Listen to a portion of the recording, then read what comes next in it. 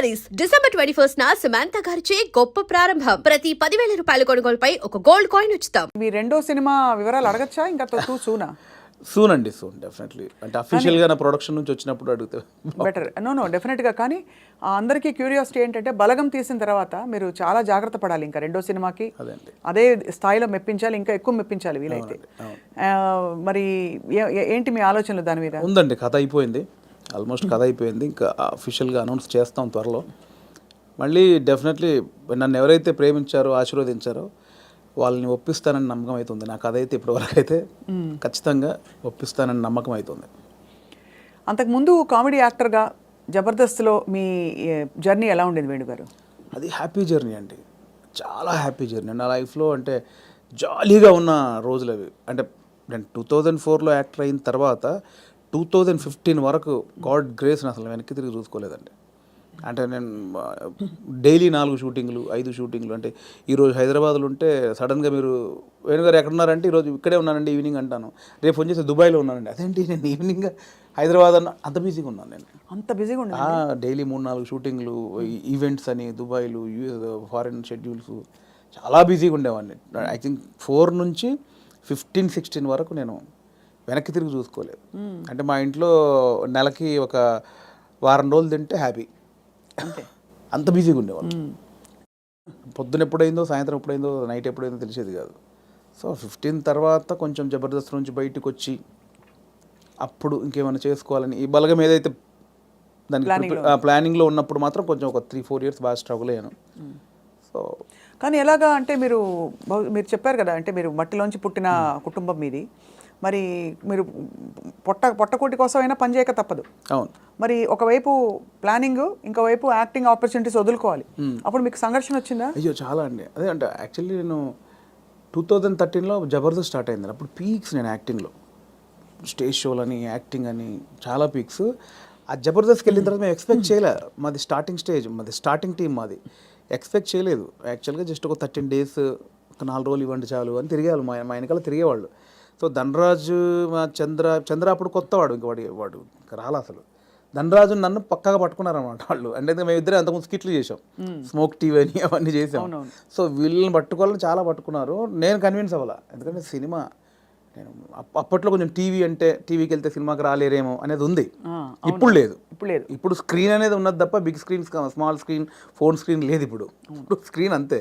అప్పుడు ఆ వేరియేషన్స్ ఉన్నాయి. సో అప్పుడు 13 రోజులు మంచి అమౌంట్ ఎక్స్పెక్ట్ చేయని అమౌంట్ ఒకటి. 4 డేసే కదా అని లైట్గా కమిట్ అయ్యాం. ఆ 4 డేస్లో 13 ఎపిసోడ్స్ మీకు తెలుసు. అది జబర్దస్త్ స్టార్టింగ్ 18 రేటింగ్. అంటే గురువారం వస్తే వెయిట్ చేసేవాళ్ళు, గురువారం కోసం ఒక టీవీ షో కోసం వెయిట్ చేసేవాళ్ళు. సో 13 డేస్ తర్వాత మళ్ళీ బతిలాడి ఇప్పుడు అనుకున్న అమౌంట్ కంటే డబ్బులు పెంచారు. సరే అని మళ్ళీ 13 చేసాం, 27 ఎపిసోడ్ చేసాం. ఆ తర్వాత ఇంకా అది జబర్దస్త్ ఎట్లా అయిపోయిందంటే తెలుగు రాష్ట్రాల్లో గురువారం వస్తే ఏంటి అనేది. ఇప్పుడు స్కిట్లు రాయడం అది కూడా ఎలా జరిగేది? అది ఉండేది. సో అప్పుడు ఏంటంటే అప్పుడు ఇంకా ఇది మీకు తెలియట్లేదండి, ఇది చాలా అద్భుతం, మీకు ఎంత అంటే అంత ఇస్తాం, మీరు కంటిన్యూ చేయండి అన్నారు. అప్పుడు నేను ఏంటంటే నాకు సినిమా అనేది, నేను సినిమా కోసం వచ్చాను, ఇది చాలా బాగుంది, చాలా డబ్బులు ఇస్తున్నారు, ఇంటింటికి గడప గడప వెళ్ళాం, రీచ్ అయ్యాం, ఇంత డబ్బులు వస్తున్నాయి, అటు షోలు, రెమ్యునరేషన్ అన్నీ వస్తున్నాయి, కానీ నాకు సంబంధించింది పోతుంది. అవును, నేను సినిమా అనుకున్నాను, దీనికోసం రాలేదు, ఇటు పోతే నా సినిమాకు దూరం అయితే దీని నుంచి బయటకు వచ్చాను అండి. అబ్బా చాలా పెద్ద ఇదండి. మామూలుగా సెటిల్ అయిపోతాం మనం, పైసలు వస్తున్నాయి కదా ఎందుకు భయ నీకు, అందుకని బయటికి వెళ్ళాక 1.5 year తర్వాత ఇది రైజ్ అయిపోయింది. అంటే ఇంటర్నెట్ ఫ్రీ అయిపోయి ప్రతి ఒక్కరికి సెల్ ఫోన్ చేతిలోకి వచ్చేసి ఇది వైరల్ అయిపోయింది. అప్పుడు ఏమైంది, నేను జబర్దస్త్ కొన్ని చేశాను కాబట్టి సినిమాలో కొంచెం దూరం అయిపోయా, టీవీకి వెళ్ళడం వచ్చేసి. అవును ఇది వచ్చేసిందని నేను దాన్ని పక్కన పెట్టేసి సినిమాకి వచ్చేసరికి ఇది పక్కకు పెట్టేశారు. అరే ఇలా అయింది ఏంటి అని కసిలో మళ్ళీ ఒక 1 year చేసాం. అవును, మీరు తిరిగి వచ్చినప్పుడు అయితే వెల్కమ్గా తీసుకున్నారు మిమ్మల్ని, తీసుకున్నారు. మళ్ళీ 1 year చేసిన తర్వాత అప్పుడు ఇంకా మైండ్లో డబ్బు అని మళ్ళీ ఇటు వెళ్ళినోని మళ్ళీ ఇటు వచ్చా, ఇక్కడ మళ్ళీ డబ్బు కోసం వచ్చా, బట్ లోపల మాత్రం ఇది కాదని నన్ను వేధిస్తుంది అనమాట. మళ్ళీ బయటకు వచ్చాను. ఆ మళ్ళీ బయటకు వచ్చిన తర్వాత 2015 మిడ్లో బయటకు వచ్చామండి. అప్పటి నుంచి అరాకొర అప్పటి నుంచి స్ట్రగుల్ స్టార్ట్ అయింది. ఆ 15 మిడ్లోంచి 2020 వరకు ఆ 4 years ఇటు లేక అటు లేక ఆ 4 years బాగా స్ట్రగుల్ అయ్యాను. అది మేజర్ నా కెరియర్లోనే వెరీ బ్యాడ్ పీరియడ్. అంటే తినడానికి ఉండడం వేరు, అది వేరు, బట్ మైండ్ బిజీగా ఉండడం మెయిన్ ఇంపార్టెంట్. అవును, మైండ్ బిజీ. మనం అసలు ఎక్కడ ఎటు వెళ్తున్నాం అని ఒక తెలుస్తుంది కదా లోపల. పొద్దున 6 గంటలకు వేస్తే స్టాఫ్ వచ్చారా, పొద్దున 12 గంటల వరకు ఈ షూటింగ్, మధ్యాహ్నం ఆ షూటింగ్, దుబాయ్, ఇటు ఆస్ట్రేలియా, ఇవి అన్నిట్లో ఈ స్కిట్ల బిజీ ఉంటుంది. ఇప్పుడు మీరు ఇందాక అడిగారు స్కిట్లు, మినిమం ఒక స్కిట్ రాయడానికి 2 రోజులు పట్టేదండి. ఎవరు రాస్తారు? నేను, నా టీం మెంబర్స్, ఎవరైనా ఒక రైటర్, అంటే మనకు సింక్లో ఉన్న మెయిన్ టీమ్ లీడర్ దగ్గరనే ఉంటుందండి. ఇంప్రూవ్ అని ఉంటుందండి యూఎస్లో, అంతా ఉంటుంది ఇది. 100% ఇంప్రొవేషనే స్క్రిప్ట్ అండి, స్క్రిప్ట్ రైటింగ్ ఏ ఉండదు. సో మీకు దానికి నేపథ్యం, మీరు Depends థియేటర్కి అది. వెళ్ళారా? థియేటర్కి వెళ్ళారా? థియేటర్ ఏం లేదండి నాకు. థియేటర్ ఎక్స్పీరియన్స్ లేదు, జస్ట్ మీరు చూసి నేర్చుకున్నవి అంతే ఇవన్నీ. అంతే. ఎందుకంటే ఇప్పుడు బాడీ మనం లాంగ్వేజ్, కూర్చున్నామండి, టైమింగ్. ఇప్పుడు పాయింట్ ఎట్లా వస్తే మనం కూర్చున్నాము, లేట్ అవుతుంది, ఈ లేట్ అయిన గ్యాప్లో ఏం చేద్దాం అని ఒక థాట్, ఏం చేయొచ్చు అని కూర్చొని మాట్లాడుకోవడం. అలా మాట్లాడుకుంటే ఏదో జోకులు వస్తూ ఉంటాయి. ఓ బంచ్ ఆఫ్ జోక్స్ వచ్చాక అసలు దీనికి ఏంటి కంటెంట్ ఏంటి, కథ ఏంటి, ఓ ఇలా వచ్చాడు, ఓ మిడ్లో గొడవ జరిగింది, లాస్ట్లో ఆ గొడవ పడి సారీ చెప్పాడు, ఓ స్టార్ట్, ఓ మిడ్, ఎండ్, ఏం చేయొచ్చు దీనికి. అలా కూర్చి స్కిట్ రాయడమే, అలా టీం అంతా రాయడం, ఆలోచన ఎక్కడ పాయింట్ వస్తుంటుంది. అది టైమింగ్ ఎడిటింగ్లో అసలు అంటే మా టైంలో అయితే ఎడిటింగ్ సెన్స్ లేకుండానే దింపేసేవాళ్ళం అండి. నింపేశారు. ఇప్పుడు ఎలా ఉందో నాకు తెలియదు. నా ధనరాజు కానీ, నేను కానీ, అప్పుడు రాఘవ్ గారు కానీ, చంద్ర కానీ, అంటే అప్పుడు ఇప్పుడంటే పాపం వాళ్ళు జబర్దస్త్ వాళ్ళకి ఇప్పుడు వాళ్ళకి ఏమైందంటే కొన్ని వేల పాయింట్లు టచ్ చేశారండి. అవును, ఎన్ని స్కిట్లు అయి ఉంటాయి, కొన్ని వేల స్కిట్లు అయి ఉంటాయి, వేల పాయింట్లు టచ్ చేశారు. ఇంకేం చేయాలో అర్థం కాక వాళ్ళకి. అవును.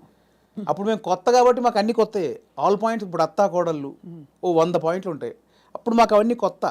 ఇప్పుడు అత్తా కోడలు చేయమంటే ఏది చేసినా కూడా ఆల్రెడీ చేసినట్టే ఉంటుంది. సో అట్లా మాకు చాలా పాయింట్స్ దొరికేవి. ఇప్పుడు చంద్ర మొత్తం ఫ్యామిలీస్ మీదకి వెళ్ళిపోయాడు, నేను అన్నీ కొంచెం టిపికల్గా ఉండాలి, అరే నేను ఈ కొంచెం కొత్తగా ఏదో చేసేవాడిని, ధనరాజు ఇంకో, అట్లా ఎవరి కేటగిరీ వాళ్ళకు ఉండేది. సో అప్పుడు పోటాపోటీ బాగా చేసాము. సో ఆ 15 నుంచి బయటకు వచ్చాక అంత మంచి రెమ్యునరేషన్స్ కానీ, ఈవెంట్స్ కానీ, మీకు తెలుసు ఈవెంట్స్ ద్వారా మంచి ఆర్టిస్టులకు మంచి ఆదాయం ఉంటుంది, చాలా బాగుంటుంది. అదే కదా. సో అటు ఇటు మిస్ అయ్యి ఈ 15 నుంచి 20 వరకు నేను దాదాపు మీరు ఎక్స్పెక్ట్ చేయలేని అమౌంట్ మిస్ అయిపోయాను. సో ఆ లోపల అది ఉంటుంది, అది బాధ అనమాట, తిండికి బాధ కాదు. అనవసరంగా దాంట్లోంచి బయటకు వచ్చావు, ఇప్పుడు ఇంత పోయింది, ఇప్పుడు ఇది లేదు అది లేదు. ఇప్పుడు మన బతుకులకి నువ్వు వచ్చిన నేపథ్యానికి అది చాలా పెద్ద అమౌంట్. దాన్ని మిస్ అయిపోయామే, తప్పు చేసామా, ఒప్పు చేసామా, అనవసరంగా సినిమాని ఓ పెద్ద బిల్డప్ ఇచ్చుకొని బయటకు వచ్చావు, ఇక్కడ ఇది లేదు, అక్కడ అంతా సాలిడ్ అమౌంట్ మిస్ అయిపోయి ఏంట్రా తప్పు చేసామనే గిల్ట్ ఒకటి ఉంటుంది చూసారా, ఆ గిల్ట్ ఎక్కువ పోయిన అనమాట. అవును, లక్షల సంపాదన వదులుకోవడం అంటే ఈజీ విషయం కాదు. అండ్ ఇప్పుడు పొద్దున్న లేవగానే ఇంకొకటి అండి, ఒక బిజీ మీరు ఉన్నారు స్వప్న గారు అంటే, మీరు ఇంకా మిమ్మల్ని కట్టేసినా కూడా మీరు ఆగలేరు, ఎందుకంటే మనకి అంత ఉంది, అంత పని చేసేవాళ్ళు పొద్దున్న లేవగానే మనం ఏం పని లేదంటే ఎలా ఉంటుంది.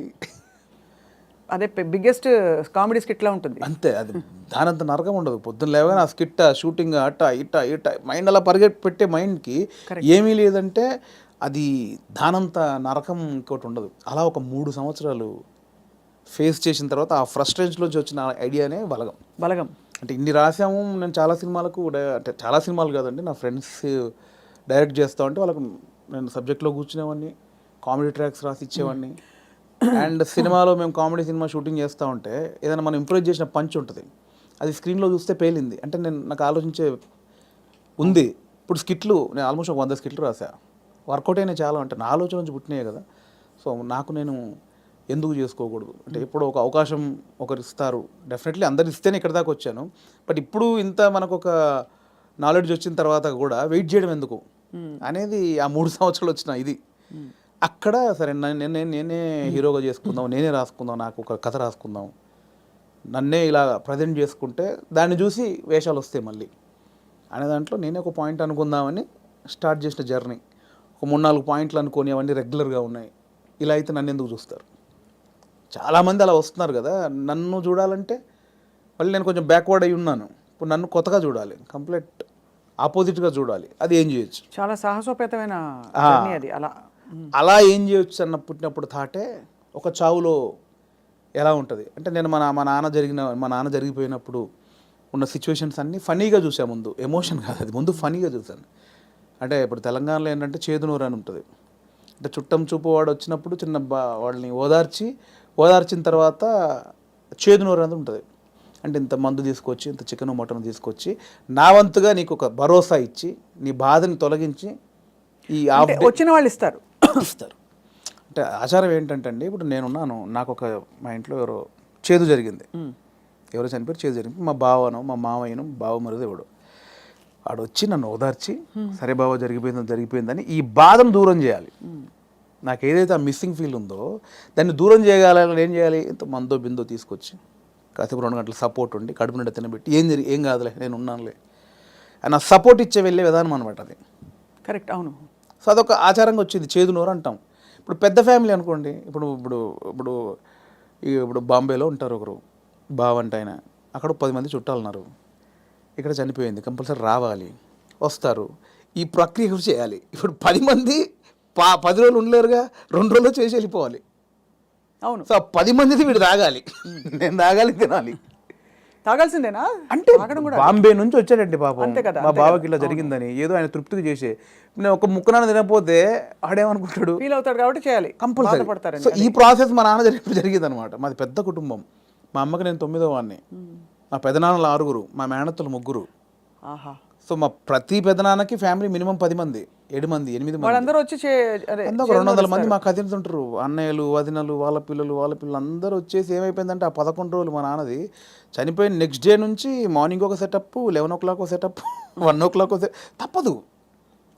దీనిలో ఏం జరుగుద్ది, ఇప్పుడు నేనున్నాను, మీరు వచ్చారు, రాగానే సరే బావ ఇలా జరిగిందంటే సరే కూర్చో తాగదు అంటే కాదు కదా, మీరు అడుగుతారు ఎలా జరిగింది బావ ఏంటి అంటే నేను చెప్పాలి, నేను ఇలా ఉన్నట్టు నాన్న చూస్తూ అని ఏడవాలి.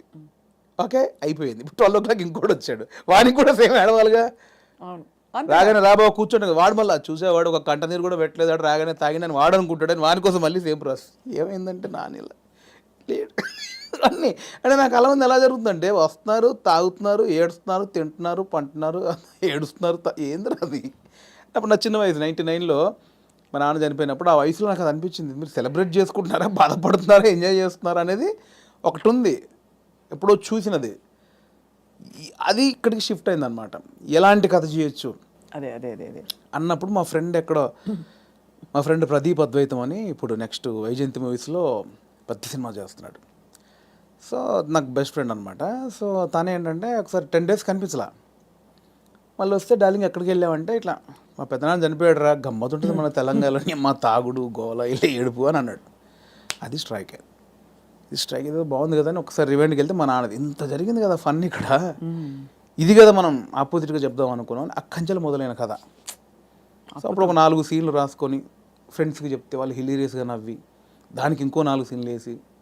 కానీ ఇక్కడ విశేషం ఏంటంటేనండి, జబర్దస్త్ కావచ్చు ఇది కావచ్చు, చాలా సీరియస్ అంశాలని లైటన్ చేయడం ఈజీ కాదు. సెంటిమెంట్స్ హర్ట్ అవుతాయని ఒక బాధ ఉంటుంది కదా. ఇప్పుడు మీరు పిల్లలు పుట్టలేదు ఒక జంటకి, దాని మీద మీరు జబర్దస్త్లో ఒక స్కిట్ రాయాలనుకోండి, చాలా మంది హర్ట్ అయిపోతారు, నీకు అసలు మనసుందా, నువ్వు సమాజంలో బాధ్యత గలవాడిగా, ఇవన్నీ అడుగుతారు ఆబ్వియస్లీ కదా.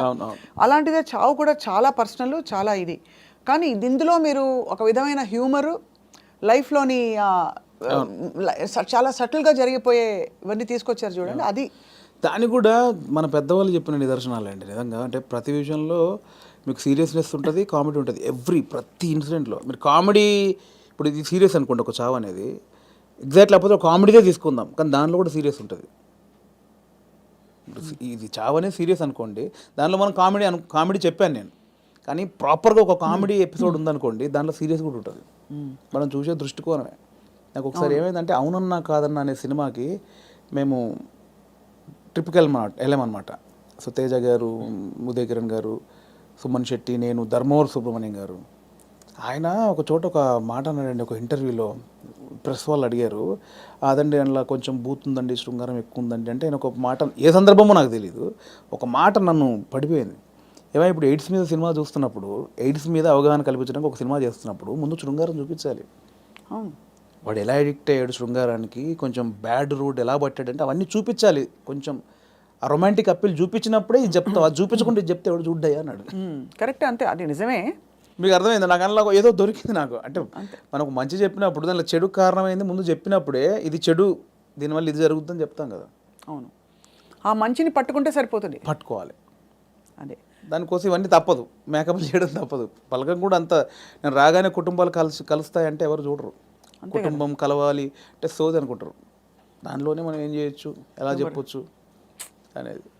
కానీ ఎంత సూక్ష్మమైన ప్రయాణం మీలో జరిగిపోయింది చూడండి.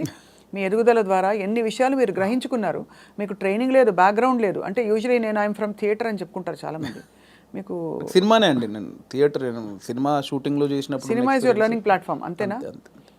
అండ్ నాకు ఏదైతే వచ్చిన గ్యాప్ ఉందో అదే ఇప్పుడు నా సక్సెస్కి లీడ్. అది అయితే మీ పైసలన్నీ మాకు ఇస్తారా? లేవు, ఎక్కడి ఆ 3 సంవత్సరాలు ఎలా బతికాననుకుంటారు?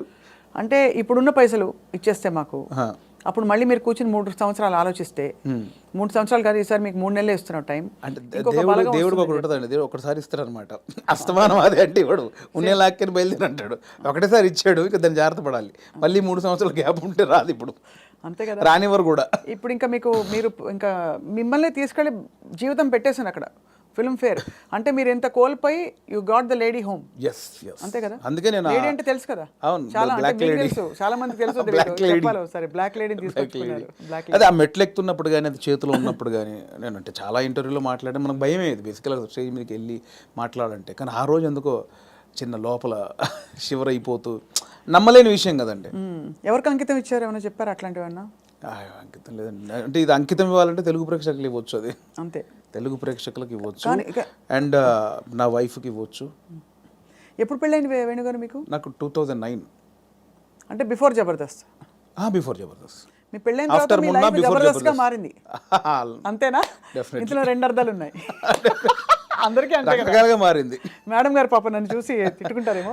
మేడం గారికి కంగ్రాచులేషన్స్ చెప్తున్నాను. మీ వైఫ్ పేరండి? శ్రీలత. శ్రీలత గారికి కంగ్రాచులేషన్స్, మీ వారు సాధించి ఛేదించి చూపించారు. అది డెఫినెట్లీ నా వైఫ్ సపోర్ట్ 101% ఉందండి. ఈ 5 years జర్నీలో నేను ఏది పట్టించుకోలేదు బేసిక్గా. అవునా?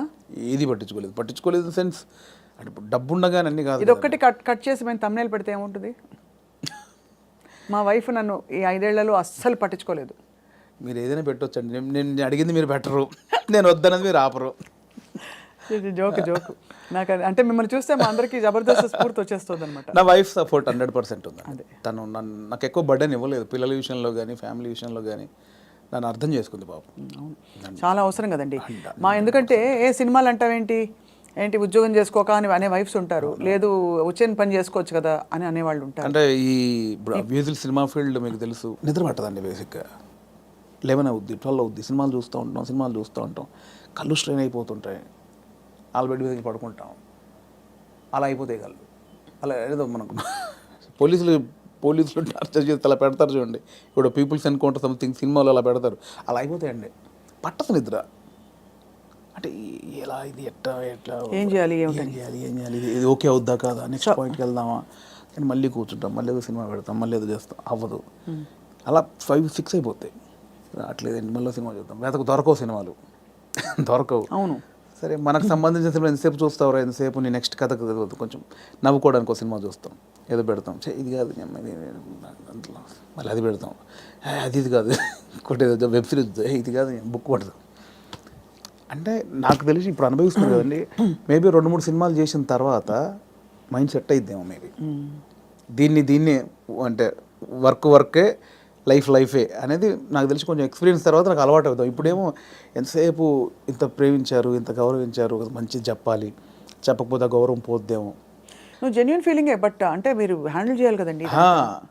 అండ్ ఇప్పుడు నాకు అంతకుముందు యాక్టర్గా ఉన్నప్పుడు ఎలా ఉంటుందండి, పొద్దున్న స్టాఫ్ వస్తారు, చిన్న 7 o'clock వెళ్తాం, 8 o'clock లొకేషన్ వెళ్ళగానే కలర్ఫుల్గా దిగ్గానే యూనిట్ మొత్తం 200 మంది ఉంటారు, ఎవరెవరు యాక్టర్లు ఉన్నారు, చిన్న సరదాగా ఉంటుంది. క్యారవాన్కి వెళ్ళామా, రెడీ అయ్యామా, తృప్తిగా వచ్చామా, చేసామా, 6 అయిపోయిందా, కథం, ఈ షూటింగ్ అయిపోయింది ఇంటికి. ఇప్పుడు అలా కాదు కదండి, రూమ్లోనే పొద్దున్న లేస్తే ప్రాజెక్ట్ అయిపోయేంత వరకు సబ్జెక్ట్ క్లారిటీ ఉందా, ప్రొడ్యూసర్ ఏమంటాడు, హీరో ఏమంటాడు, ఇది మనం అనుకున్నది కరెక్ట్ వర్కౌట్ అవుతుందా, ఏమైనా డైల్యూట్ అవుతుందా, ఈ దాంట్లోనే అయిపోతుందండి ఎప్పుడు మైండ్. దీనివల్ల నాకు ఏమైందంటే డైరెక్టర్స్ మీద ఇప్పుడు విపరీతమైన రెస్పెక్ట్ వచ్చేసేది నాకు. అంతకుముందు ఏముంది, వీళ్ళు తీస్తారులేదు సినిమా, వీళ్ళు ఇంట్రా దీనికి ఎక్కువ చేస్తారు అనిపించేది. ఇప్పుడు అది భరించిన తర్వాత నాకు ప్రతి దర్శకుడి మీద రెస్పెక్ట్ వచ్చేసింది. మరి నాకు మొన్న ఎవరో ఒక కథ చెప్తానన్నయ్య, నీకు ఒక చిన్న మీరు ఇంపార్టెంట్ క్యారెక్టరు అంటే, నా దాంట్లో నెక్స్ట్ వీక్ అని 3 వారాలు తోసేసాను. తర్వాత పాపం అనిపించి వస్తానంటే, అన్న మీరు ఎక్కడ రమ్మంటారు, మీ ఆఫీస్కి రమ్మంటారా, లేదా కాఫీ షాప్లో కూర్చుంది, ఇవన్నీ అంటున్నాడు అతను. మీ ఆఫీస్ ఎక్కడ ఉందో చెప్పిన వస్తా. వద్దన్నా మీరు అలా అంటారండి, సారీ అని ఇబ్బంది పెట్టి, అదేం లేదు తమ్ముడు, అంటే నేను మీ ఆఫీస్కి వస్తానా, లేదా కాఫీ షాప్లో కూర్చుందా, నీ ఆఫీస్ చెప్పు, నీ ఆఫీసు నీ టేబుల్ ముందు నీ చైర్ ముందే కూర్చొని వింటాను, నాకు ఎక్కడొద్దని చెప్పా. ఎక్కడో సందులో చిన్న సినిమా, అక్కడికి వెళ్ళి కథని వచ్చా. ఎందుకంటే నాకు ఆ రెస్పెక్ట్ వచ్చేసింది. అది చిన్న సినిమానే పెద్ద సినిమా అయినా పాపం వాడు ఎంతో టైం పెట్టి ఒక ప్రొడ్యూసర్ని ఒప్పించి ఆ టీంని సెట్ చేసుకొని ఆ ప్రాసెస్ ఉంటుంది చూసారా, అది అనుభవించాను కాబట్టి నాకు రెస్పెక్ట్ వచ్చేసింది. సీరియస్లీ మోసేవాడికే తెలుసు అంటారు కదండి కాబట్టి అవును ఖచ్చితంగా. అది నొప్పి నాకు ఆఫ్టర్ డైరెక్ట్ అయ్యాక తెలిసింది నాకు. What an amazing me journey. ఎన్ని విషయాలు బట్ చాలా చిన్న వయసులో మీరు ఛాలెంజెస్, నాన్నగారు 99లో అవునవును చనిపోయారు కదా. అవును. తర్వాత ఎలా మీ కుటుంబ బాధ్యతలు, మీరు చాలా ఎంతమంది అన్నదమ్ములు? నాకు కుటుంబ బాధ్యతలు నాకు ఏం లేదు, ప్రాబ్లం ఏం లేదండి. యాక్చువల్గా నాన్న చనిపోయే వరకు అక్కల పెళ్ళిళ్ళని అయిపోయాయి. సో 2 అన్నలు ఉండేవాళ్ళు, చిన్న అన్నయ్య కూడా పెళ్ళి అయింది. నేను మా అమ్మ మార్కెట్లో కూరగాయల వ్యాపారం చేసేవాళ్ళం. సో నాకు బాధ్యతలు లేవు బేసిక్గా. కూరగాయల వ్యాపారం చేశారు, ఇంకా ఉందా లేదా? ఇప్పుడు లేదు, అమ్మతో లాస్ట్ అయిపోయింది. నాది లాస్ట్, నా తర్వాత అమ్మ కొన్ని రోజులు చేసిన తర్వాత. సో నాకు బాధ్యతలు లేవండి అసలు. అక్కడ ఒకటి టెన్షన్ లేకుండా ఉంది. బట్ నేను ఊర్లో ఉన్నప్పుడే డబ్బులు సంపాదించాను కూరగాయల వ్యాపారంలో. ఇండస్ట్రీకి వచ్చాక మాత్రం నేను ఇంటి దగ్గర డబ్బులు అడుక్కొని రాలా. నాకు చిన్నప్పటి నుంచి చేసి ఎవరిని అది లేదు. రెండోది ఒకరి కింద పని చేయడం కూడా ఇష్టం లేదు నాకు. అంటే ఊళ్ళో లోయర్ మిడిల్ క్లాస్లో జీతాలు ఉంటారు, బట్టల షాపులో కానీ కిరాణా కొట్లో కానీ. నేను ఎప్పుడు అలా లేను. కూరగాయల వ్యాపారం ఏంటంటే నా ఓన్ బిజినెస్ అది. అవును, నా ఓన్. అది 50 రూపాయలు వచ్చినా, నేను రోజుకి 50 రూపాయలు సంపాదించినా, 100 రూపాయలు సంపాదించిన నా ఓన్ బిజినెస్ అది. నేను ఒకరి కింద నేను జవాబుదారి కాదు నేను బేసిక్గా. అంటే ఏదన్నా నేను హాఫ్గా నాకు లీవ్ కావాలన్నా ఒకరిని అడిగి లీవ్ పెట్టుకునే అవసరం లేదు నాకు, నా ఓన్. సో అది అలవాటు అయిపోయింది.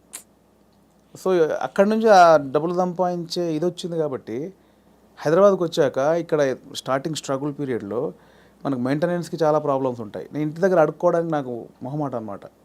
మనమే సంపాదించాం, మనం అడిగేది ఏంటి అని. సో అడగకుండా ఉండడం కోసం అప్పుడప్పుడు ఊర్లోకి వెళ్ళి ఒక 10 రోజులు కూరగాయలు అమ్ముకొని 1000 రూపాయలు సంపాదించుకొని ఆ 1000 రూపాయలతో జాగ్రత్తగా ఒక 2-3 నెలలు ఉండి అక్కడ ఇక్కడ చాలా పడ్డానులేండి. చాలా ఇంటర్వ్యూలో చెప్పాము, చాలా స్ట్రగుల్స్ పడ్డాము స్టార్టింగ్లో.